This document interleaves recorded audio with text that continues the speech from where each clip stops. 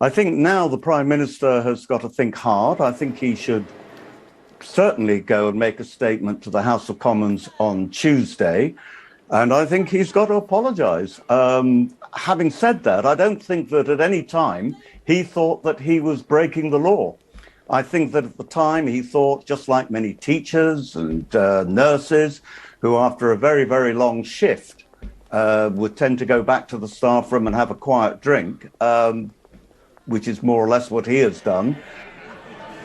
And last week, we were treated to a grotesque spectacle.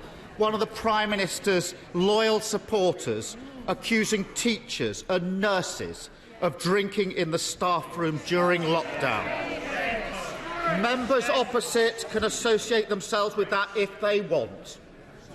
But those of us who take pride in our NHS workers, our teachers, and every other key worker who got us through those dark days will never forget their contempt. I just wanted to pick up on something.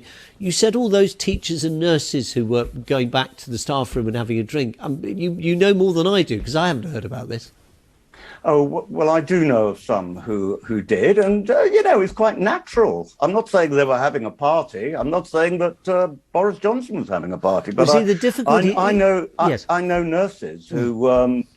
and I don't think they were doing anything wrong. Fine. I mean, they'd work really hard on a long shift and would go back to the staff room and have a drink. And I think that is more or less what has happened on a few of these occasions. This morning, I spoke to John Robinson, a constituent of the member for Lichfield.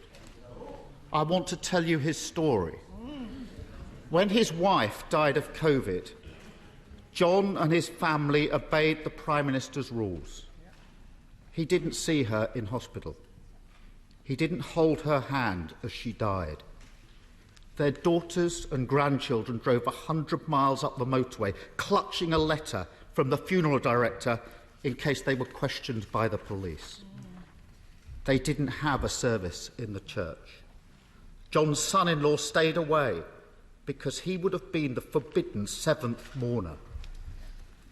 Doesn't the Prime Minister realise that John would have given the world to hold his dying wife's hand, even if it was just for 9 minutes? But he didn't, because he followed the Prime Minister's rules.